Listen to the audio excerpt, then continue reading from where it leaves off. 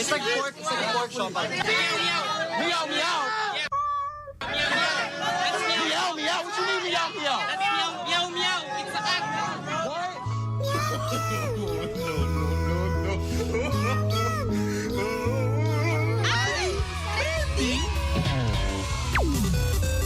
IFM. Magandang afternoon, January, January 7 edition ng ating iTrending today, mga idol. So, ready ka na? Ito na. So, ang ating trending. Eto muna mga idol, congratulations sa mga bagong abogado ng bayan ngayon. Bigyan tayo abogado tayo dito. Kabarbaro, pagbati sa mga bagong abogado, kare-release lang ng Supreme Court ang mga pangalan ng mga abogado. Congratulations po.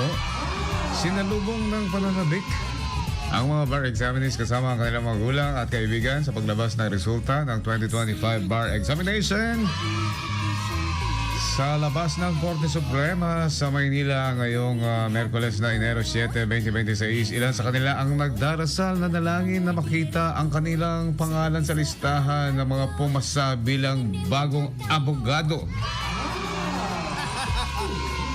Ikaw, idol, abogado ka. Naging emosyonal ng mga ilang bar exam takers ng opisyal na inilabas ng Korte Suprema ang talaan ng mga nakapasa sa 2025 bar exam sa Manila. At itinakda ang outtaking ng mga bagong abogado sa paglagda nila ng roll of attorney sa Biyernes, Pebrero 6, 2026. Sa next month pa yan, mga idol. Ay, pumarti ka nakakal nga duwangon. Ito naman ang isa pang i-trending ngayon, mga idol. Ipinakita ng Pinay singer na si Gwen Dorado. Hindi susay, hindi rin...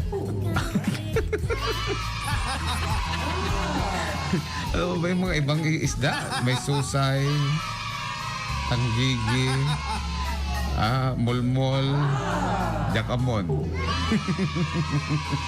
Ulitin natin, Pinakita ng Pinay singer na si Gwen Dorado ang kanyang galing sa international stage ng pumangalawa sa South Korean singing competition na Sing Again 4. Oh, grabe. Pinay, basta Pinay, Pinoy. Yan.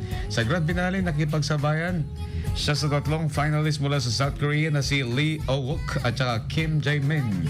At slowly, nakuha naman ni Gwen ang 3,009.39 puntos sa kanyang pagtatanghal sa kantang Light Up.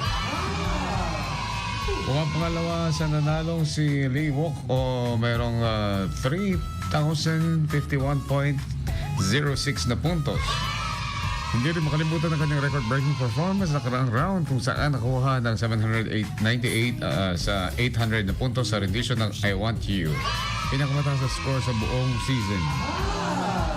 At si Gwen ay nakilala sa edad na 10 bilang contestant sa Asia's Got Talent Season 1 noong 2015 kung saan nakapasok ito sa top 5 at siya ang kumanta ng Philippine National Anthem sa State of the Nation Address ni dating Pangulong Benigno Aquino III noong 2015.